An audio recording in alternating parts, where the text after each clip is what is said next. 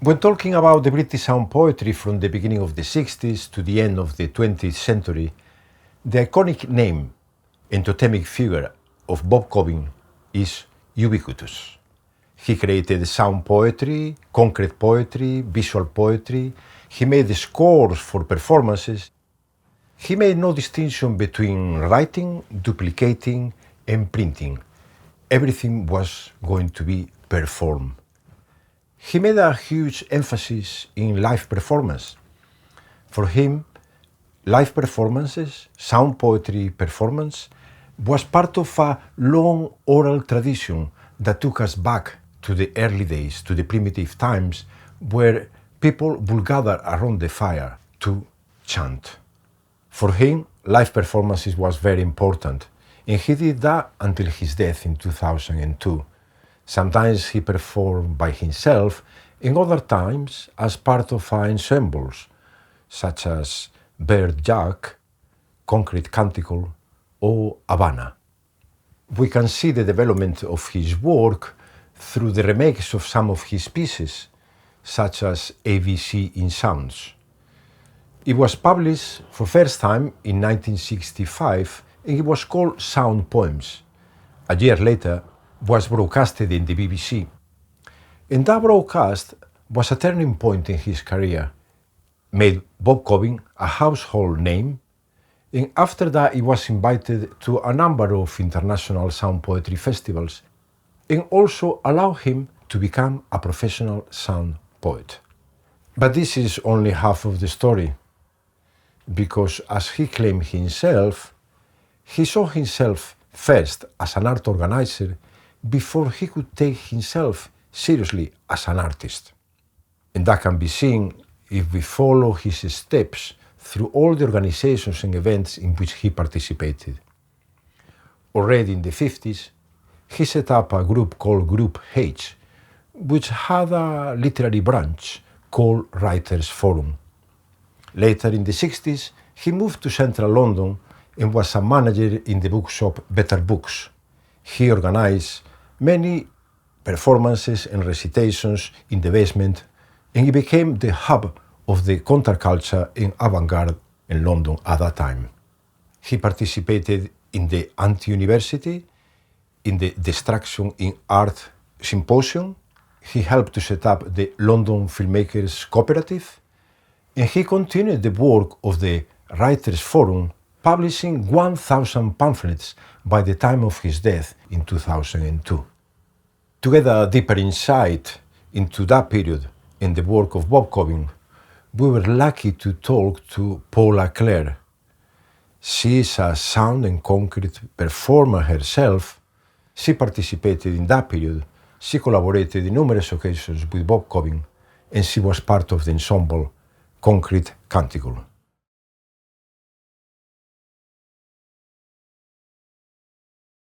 Well, I have always been part of oral tradition, even from school. I went to a school where we all spoke poetry together, and our school was very well known in our area in Northamptonshire for all speaking together. So right from the very beginning, to me, poetry is an oral and communal tradition.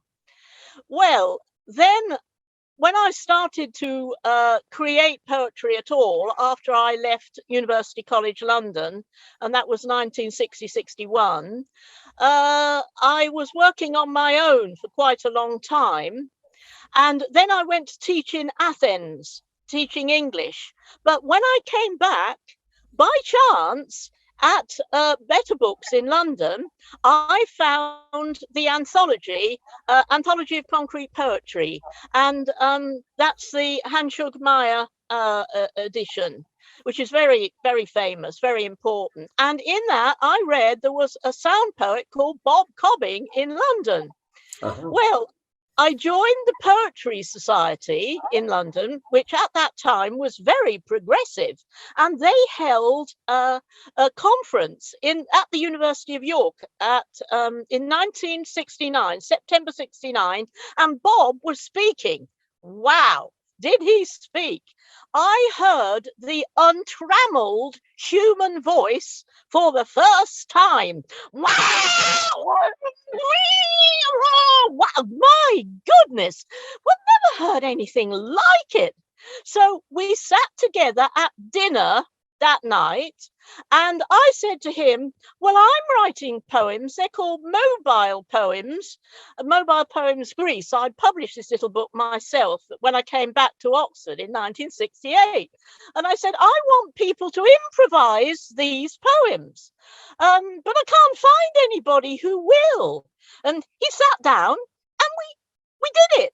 We were sitting at the dinner table and he was improvising, I was improvising, and suddenly there was a woman who'd gathered all the crockery from all our tables, and she went out into the kitchen to take all this stuff, hit the revolving door, and the whole lot crashed onto the floor.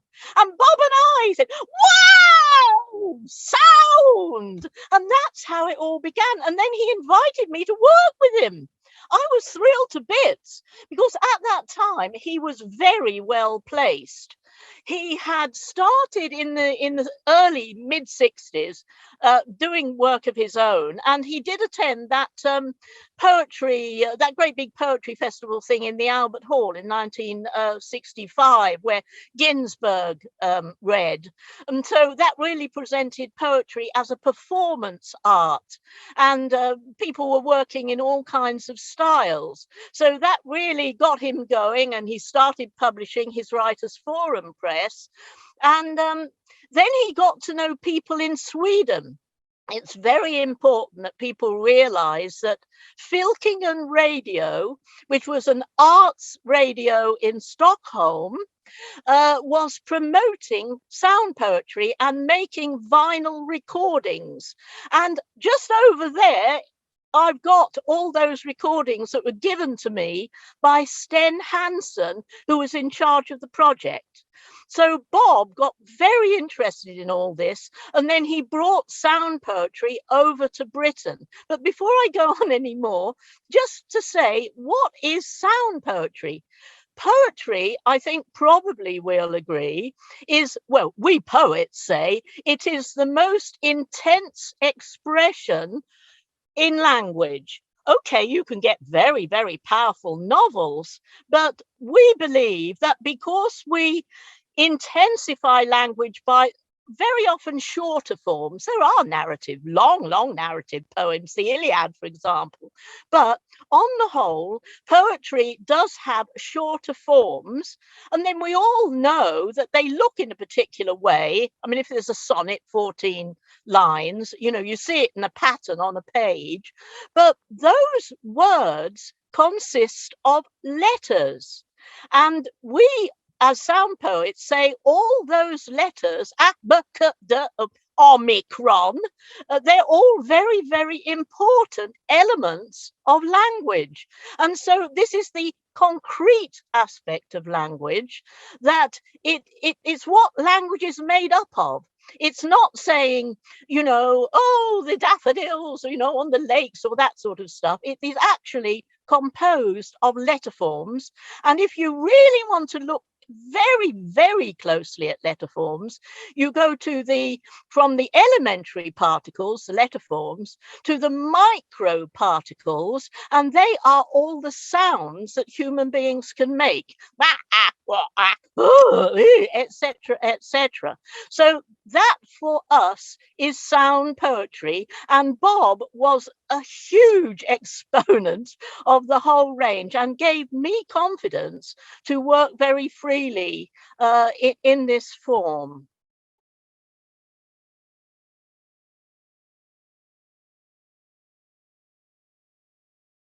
Well, Concrete Canticle was a poetry group, a performance group that Bob formed after we had performed at a seminal exhibition in Amsterdam called question mark concrete poetry.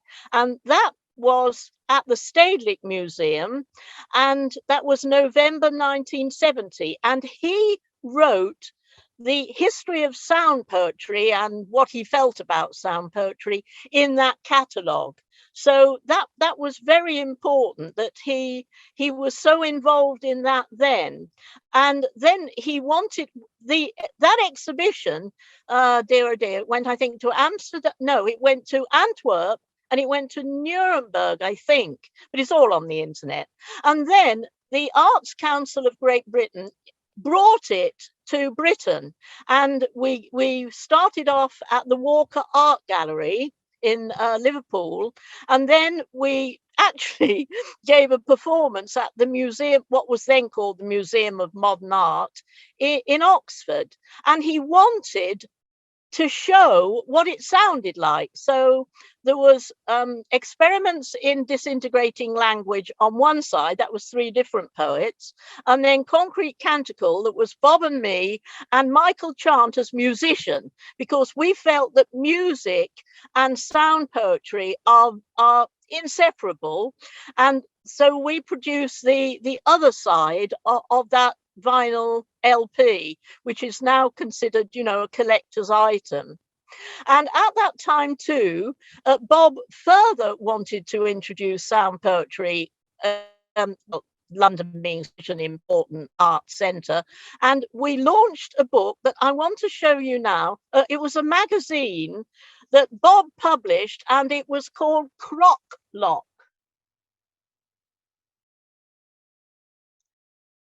And this was the first issue in February 1971 that Bob published, and the editor was Dom Sylvester Huidar, who is highly regarded as a superb and idiosyncratic typewriter art person. And in this magazine, you have a whole range of historical examples.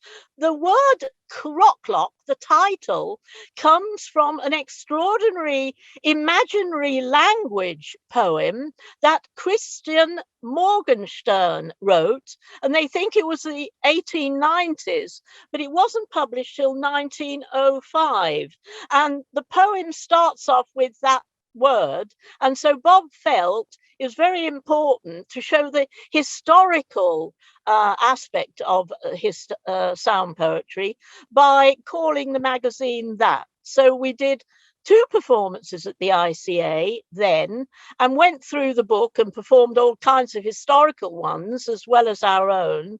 And then he produced 2 more. He wanted it to be quarterly, but he couldn't afford it. And he did actually produce 4 between 1971 and the end of 1973, I think it was.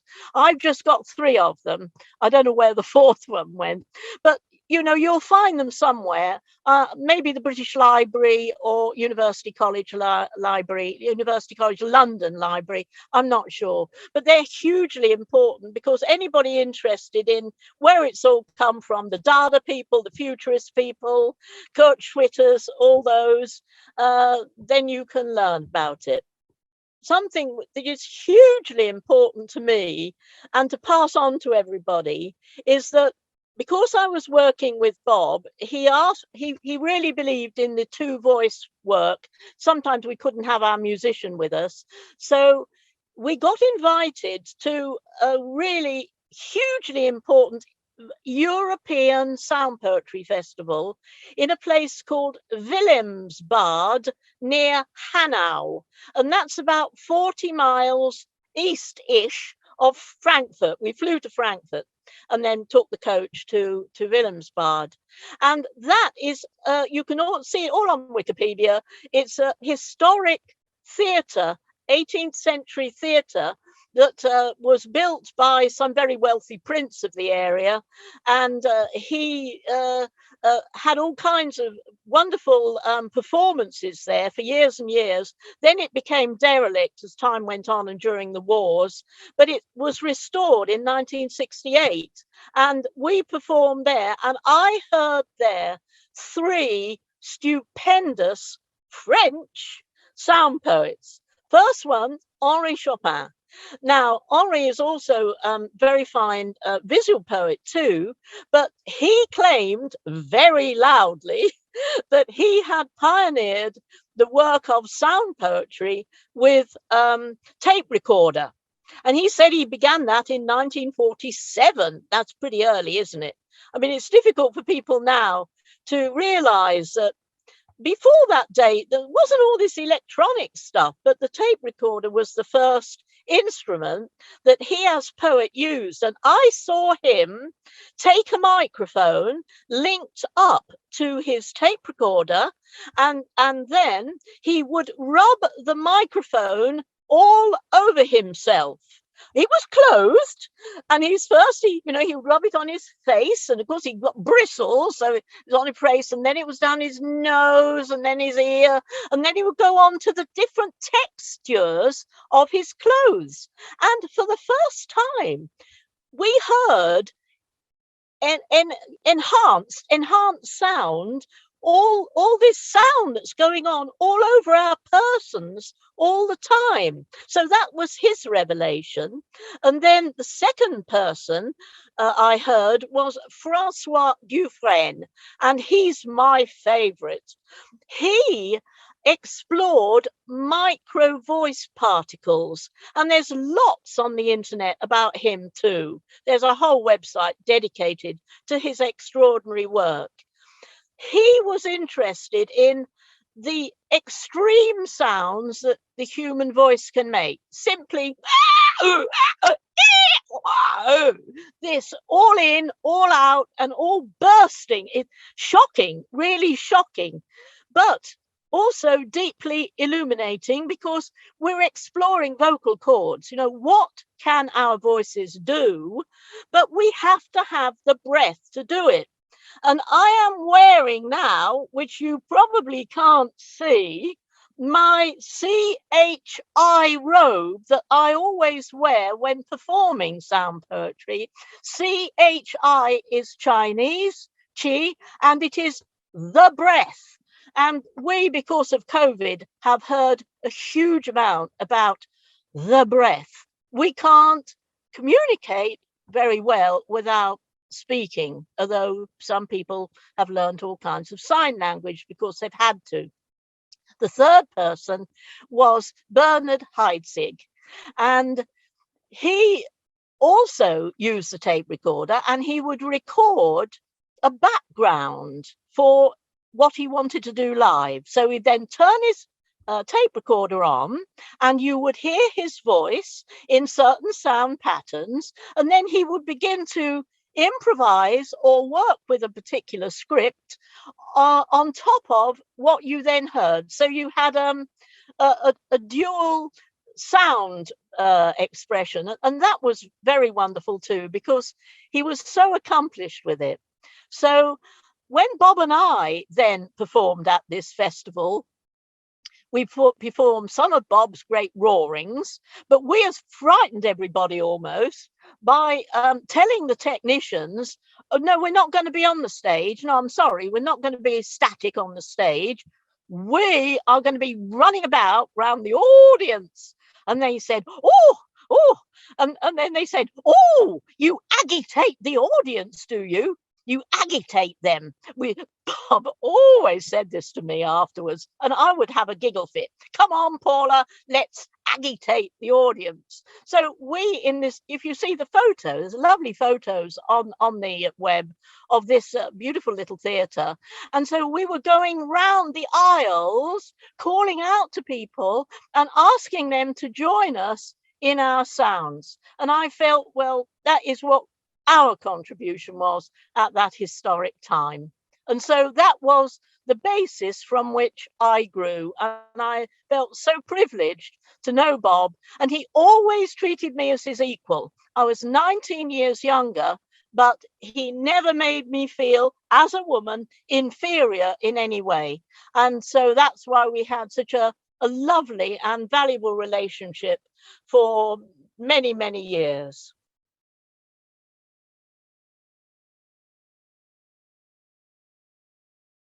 on the one hand, we had invaluable international connections. And as a result of the Stedelijk exhibition, and then, the European Sound Poetry Festival in Hanau, 1971, then we did our stuff in Britain, 1972-3. The next big event that suddenly decided, we were worth bothering about was the Berlin Dada Festival of 1977. And that was a whopping festival in Berlin, celebrating the history of Dada and, of course, the sound poets of Dada. And Concrete Canticle was invited, and by that time Michael Chant, our musician, had decided that he wanted to be entirely musician. So Bill Griffiths, another very fine poet who worked in sound poetry as well, joined us as Concrete Canticle for the rest of the time. So Berlin 1977, and then that led to Toronto 1978. That was a whopping festival. There was about 40 of us, all working in Toronto with sound poetry. And then people there said, what about New York? Come on, New York's got to be trendy.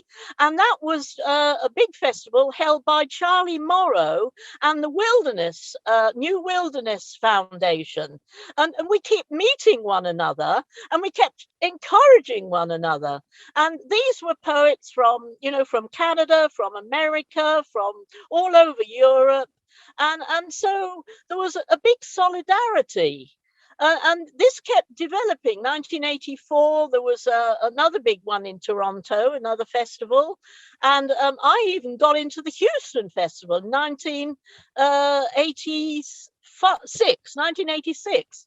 And I was working at the time with some musicians from Texas Tech University, and they were pioneering sound poetry with what was considered really avant-garde.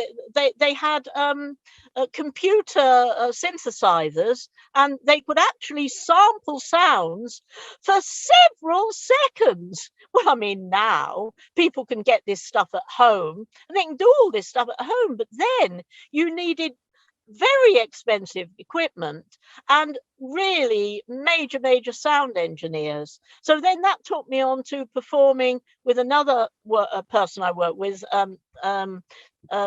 Peter Stacey, and I formed a group called Resound Score for that. We did a lot of recording at the University of Kiel from 1985 to 1992. You said, what about sort of major institutions? Well, now it's changing because the young people are very, very interested. But for a lot of the time, it has been difficult in that major institutions haven't really been terribly keen on the kind of work. As we were joking the other day, not proper poetry is their favorite way of getting out of what we're doing, because we are, on the whole, working non-linear. We are not necessarily telling long stories, but we are producing very quick and dramatic and powerful effects on using the nature of language itself.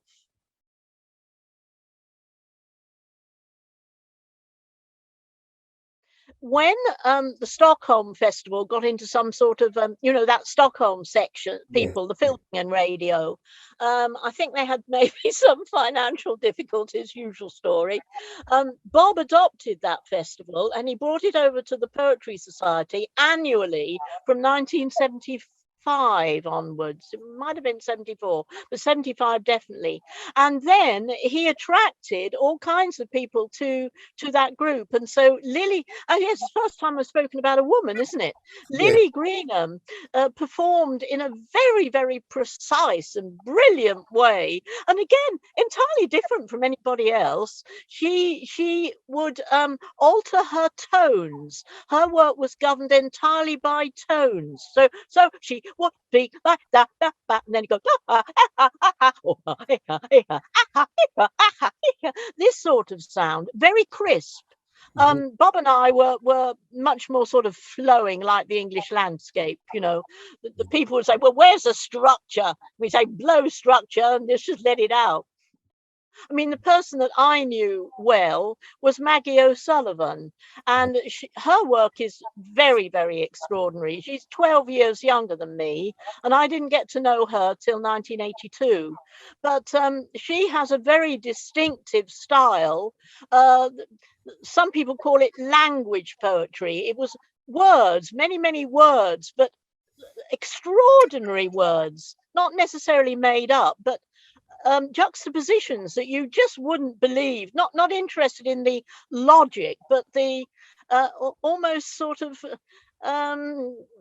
well, she was using language almost in a shamanic manner to get the power and energy over, and she reads in a very distinctive and powerful way. But and there were several really much younger people in their 30s working now, but at the moment I'm not in touch with them because I'm so busy trying to sort out, leaving my legacy intact for the future.